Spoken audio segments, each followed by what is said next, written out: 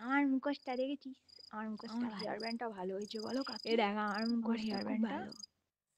এই আমি মুখোশটা আরেকটা দিয়ে ব্যান্ড কিনতাম। আর ছোট কাকুকে ভয় দেখাবো। বেলুনটা ভালো, বাবাকেও ভয় আমার তো দেখাবো। নাগরদোলায় চলতে হেভি লাগলো।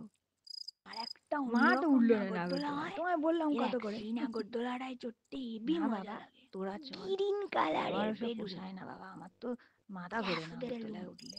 Gas balloon. এ বাবা,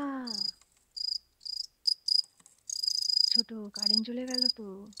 ইস, সর খিদে পেয়ে যাবে। চিন্তা করছো কেন দিদি? সব রেডি করা আছে। ব্যাস, মেলায় ঘুরেছো, আনন্দ হচ্ছে, যাও আর সময় নষ্ট করবে না, পড়তে বসে যাও। হ্যাঁ, ভালো করেছিস ছোট, এই আটা মেখে রেখে গেছিস। এই তো রুটি করবো, হয়ে যাবে, বেশি সময় লাগবে না। হ্যাঁ গো, আমি তো বললাম তোমার। এই তো মাছটা ভাজবো, তরকারি তো সব করাই আছে।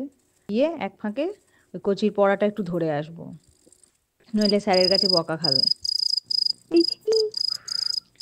মেলায় কেমন ঘুরলি পুটুমণি? খুব ভালো। তোরা দুজনে শিক্ষিত, ছেলেটাকে নিজেরা পড়াতে পারিস না? বেচারা খেলাধুলার সময়ই পাচ্ছে না। তোমার কচি কি সুবিধার জিনিস! এত ফাঁকিবার ছেলে, কিচ্ছু পড়াশোনা করে না। স্যার থাকলে তবু একটু চাপে থাকবে।